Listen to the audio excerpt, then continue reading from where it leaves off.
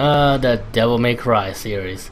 Now, people who had an interest in fast-paced hack and slash game would have probably have heard of the Devil May Cry series and know of its various impacts it got on the genre itself, with how it essentially created a subgenre source in the hack and slash genre overall, with modern fast-paced action games such as Bayonetta, Metal Gear Rising, the modern Ninja Gaiden series, and even God of War having been influenced by the formula that Devil May Cry introduced, though heavily modifying the formula as well as at times refining it so that those respective game and series are still able to stand on their own merits.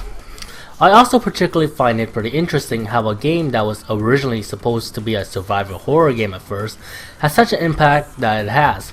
Yeah, originally Devil May Cry was supposed to be the initial Resident Evil 4, but the direction the game was taken apparently didn't feel it matched the Resident Evil tone and themes, so they decided just to make a game independent from the Resident Evil series entirely. So yeah, from survival horror to fast-paced action, that's quite a paradigm shift. And indeed, the Devil May Cry series had both an interesting history in terms of how it came into existence, as well as it leaving quite a legacy in gaming in general. So in honor of that, I'm going to look at all the Devil May Cry games that is in the HD collection, namely Devil May Cry 1, 2, 3. And the first game I'm going to look into is Devil May Cry, the original. So why do I want to look at this series now? Well, I always did want to try the Devil May Cry games since I am a fan of fast-paced hack and slash games, but I never got the chance to do so. But one of my friends that I talk regularly with in Skype, you know who you are, had encouraged me to try this series out since I was a fan of hard hack and slash games. But anyway, since I bought the HD collection at the behest of my friend, I thought it would be a good opportunity to make a video on the series and say what are my overall thoughts on most of the games are. Not particularly on the impact the game had on the hack and slash genre, but how I think they hold up as action games. But at the exact same time, I did want to acknowledge that I do recognize the significant impact that the series had on gaming, which is the whole reason for my whole spiel at the start of this video.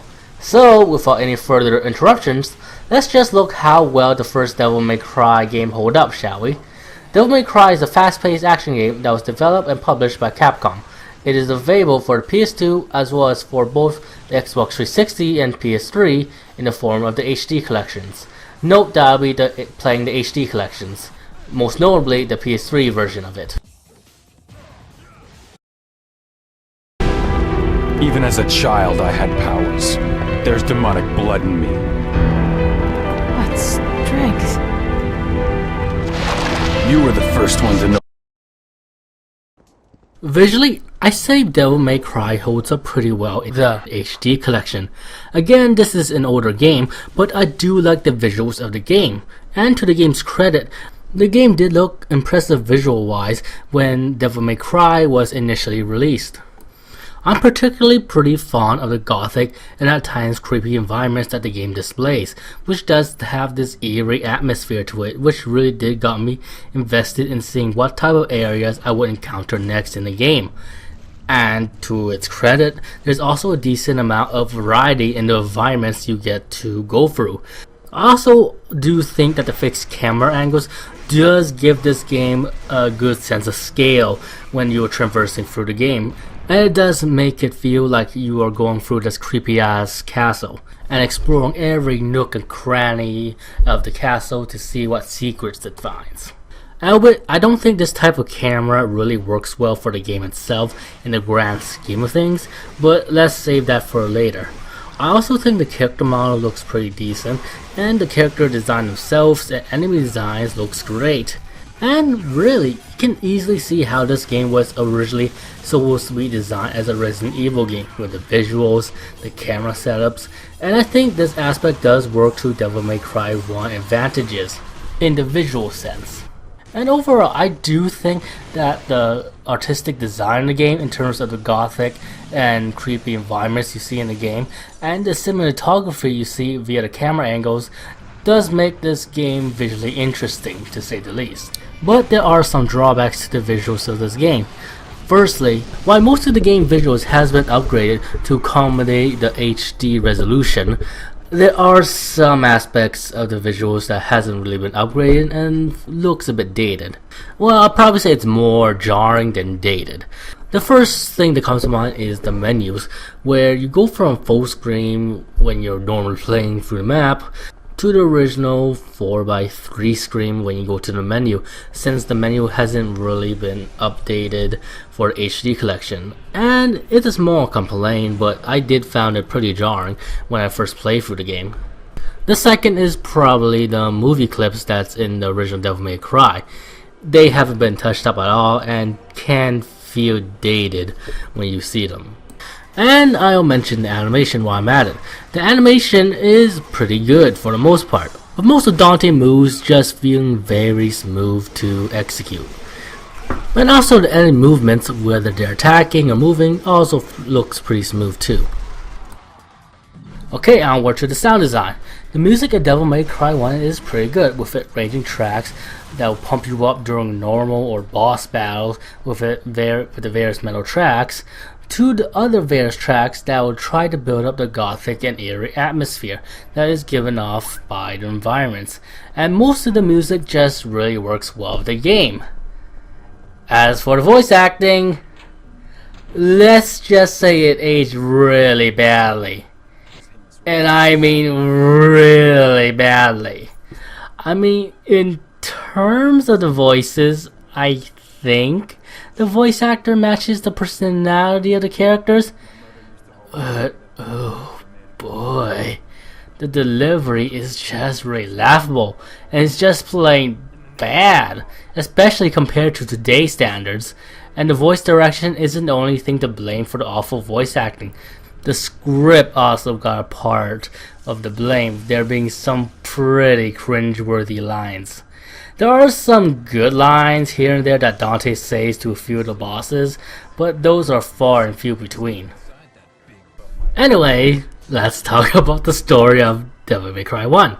The story is basically about Dante, the iconic protagonist of the Devil May Cry series, and his journey to basically stop the resurrection of Mundus, the emperor of the underworld, and this is supposedly taking place on Melee Island.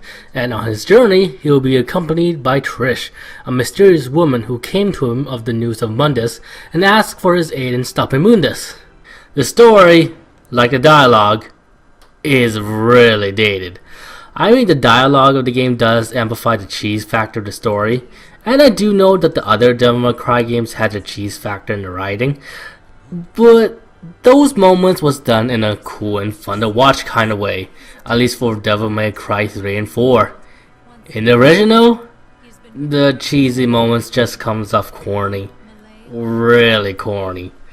And the story also isn't all that exciting. It's basically Dante just trying to find a way to get to Mundus while facing Mundus' minions along the way. And that's it. The story is just really there to facilitate the gameplay of Devil May Cry, and as a result, there's not much of it, so you can't really get invested as a result. There are some character moments that builds Dante and Trish's character, but it's not admittedly much. And speaking of characters, they're okay in this game. As for Dante, if you want to play as a cocky and badass devil hunter who spouts out cheesy one-liners but has a heart of gold, you get that in snippets. Again, I say that because there's not many scenes that focus all that much on the character themselves, but I also say that because half the time, he's the cocky smartass that we all know and love. The other half is him being serious and playing it straight to the situation he's in. I wouldn't mind it this much, as we do find the motivation why he's after Mundus, and does build up the relationship with Trish, so there is something to get invested in. Well, could get invested in. But the problem is, it's just so corny whenever he's in serious mode. And that's really got to do with the very dated dialogue. So yeah. As for the other characters, I find Trish okay, though I do think Dante and Trish's relationship is not that compelling in the grand scheme of things, since they don't really interact all that much. Mundus is pretty much a stereotypical evil deity type of character and isn't all that interesting, And the rest of the enemies that can talk is pretty much your stereotypical demon type of character that are also really aren't all that interesting. So overall, in terms of presentation, I think the visuals are pretty striking in Devil May Cry 1, the animations being smooth, the music being awesome, though the dialogue and story doesn't really hold up at all.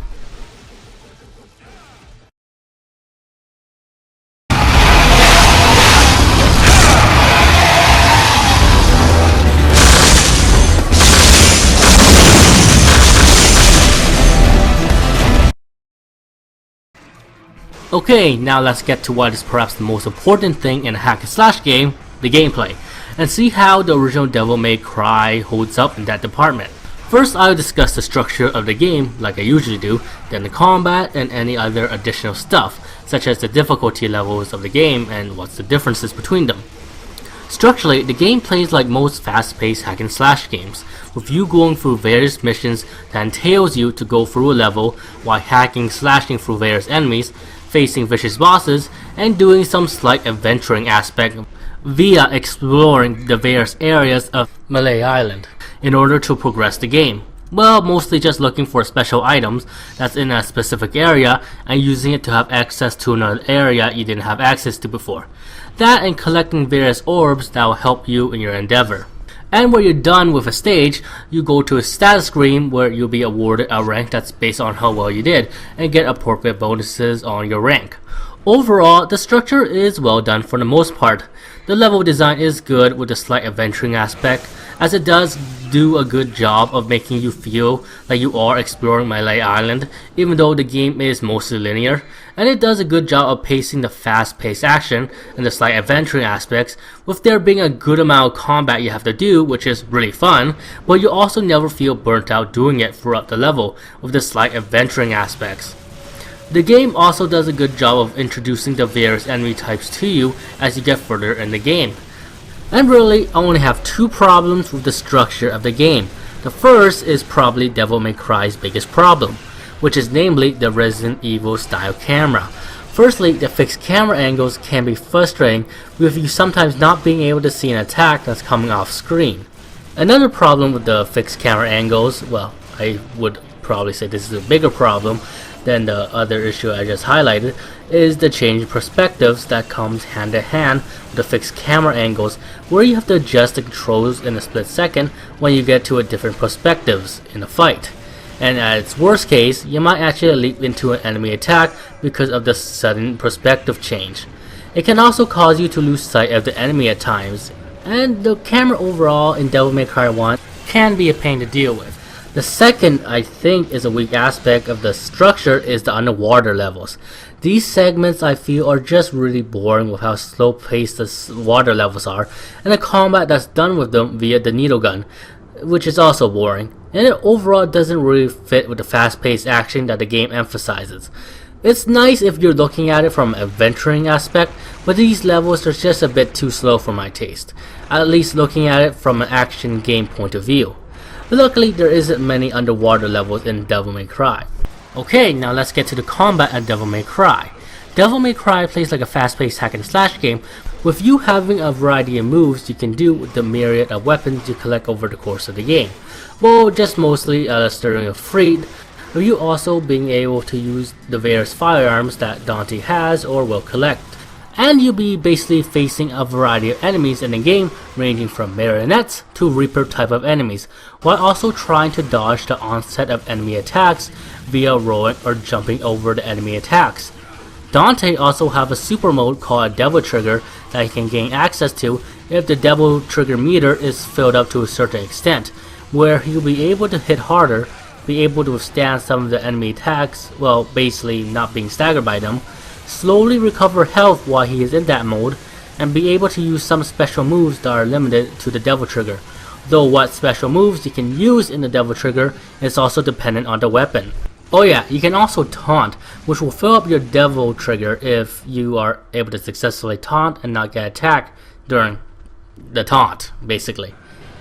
There's also a style meter that will activate when you hit an enemy, and the longer you're able to maintain a strong offensive onto the enemy while also not getting hit by them, the higher the style ranking will get.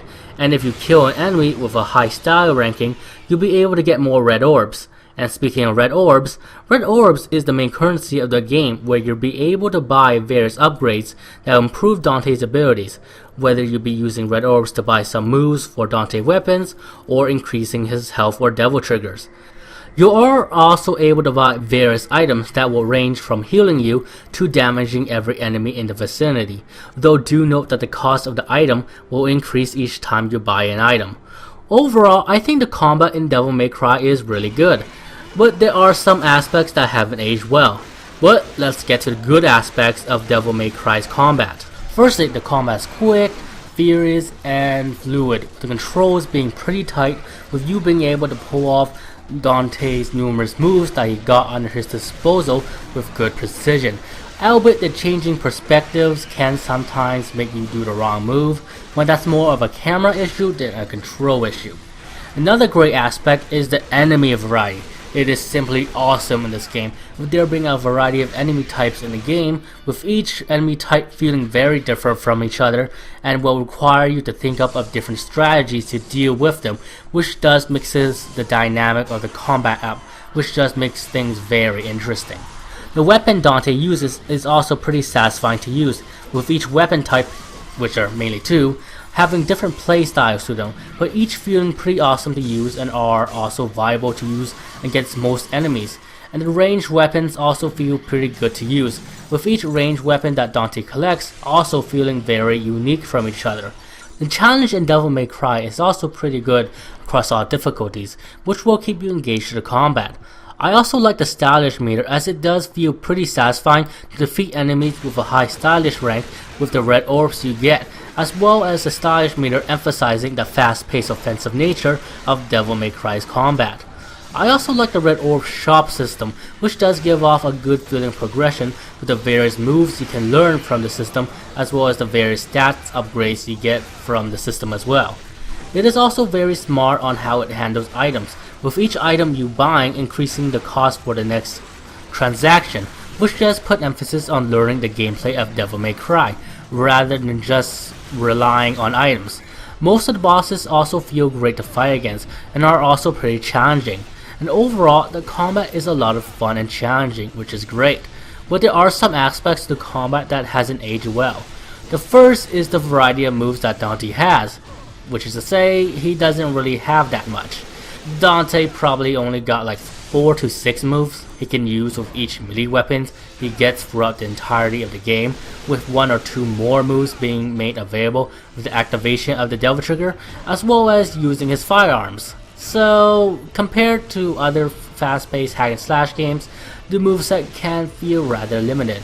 Now, I do like the movesets of each weapon, as they do feel satisfying to use, as well as feeling useful for different situations you might find yourself in.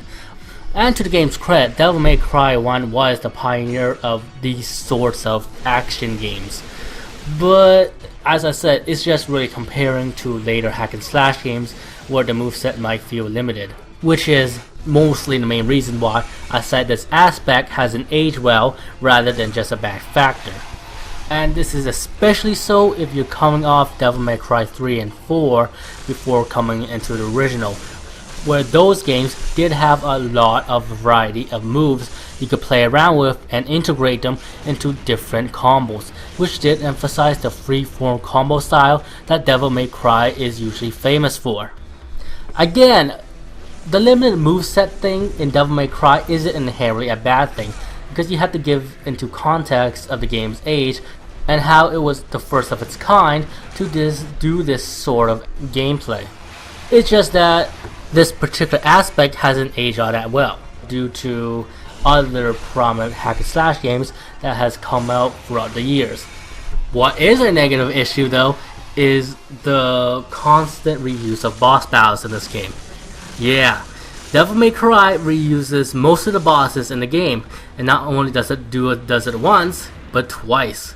So yeah, you sometimes have to fight a boss 3 freaking times. Albeit not in the same level, but yeah, you do have to fight them 3 times throughout the game. And this is pretty lazy in my opinion, and the worst part is, They reuse almost every single boss in this game, barring the final boss. Albeit the boss fights are still fun, well, except for Griffin. It's just the amount of reusing bosses within the context of its own game just feels a tad lazy. And that's probably all I have to say about the combat. Overall, it's a whole lot of fun to go through, but there are some aspects that, as I said, hasn't aged well. Lengthwise, I say the game took me around 5 hours to beat on the normal difficulty, with hard taking me around the same amount of time to beat, though I'm currently on my Dante Must Die mode, so not sure how long that's going to take. And speaking of difficulty modes, there are about 4 difficulty modes in this game, which are Easy, which is unlocked if you're having trouble for the first 3 missions of the game, Normal, which is the default difficulty, Hard, which not only buff up the enemy stats, but also change the placement of certain enemies in the level, and Dante Must Die mode, which is sort of like Hard except the enemy health is lowered a bit, though at the risk of them getting into a Devil Trigger like state if you don't kill them fast enough. And them being in that state is pretty painful. Though the bosses themselves are the same on hard mode with the added bonus of getting more health, though luckily they don't get a Devil Trigger state mode. There are also a variety of secret missions you can complete. Overall, I say Devil May Cry's gameplay is really good, with the combat being exhilarating to go through, but not to the point where you feel exhausted from it due to the good pacing of the level design. But there are still some aspects of the gameplay that hasn't aged well with time, such as the camera.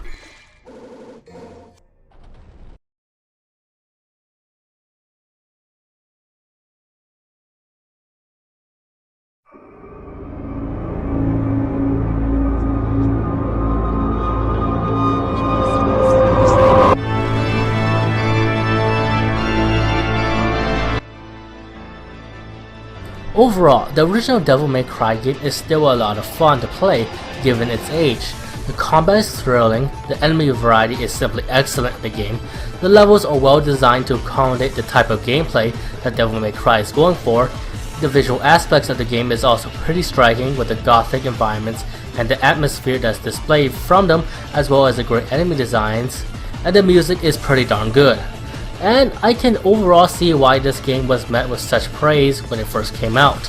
But with that said, there are various aspects that hasn't aged well, such as the very dated dialogue and story, the Resident Evil-esque camera system not working well for the fast-paced action that Devil May Cry is going for in the grand scheme of things, reusing of boss battles, and other aspects as well. Overall, I still say give Devil May Cry 1 a try if you haven't already. Just be prepared for some things that might seem off to you.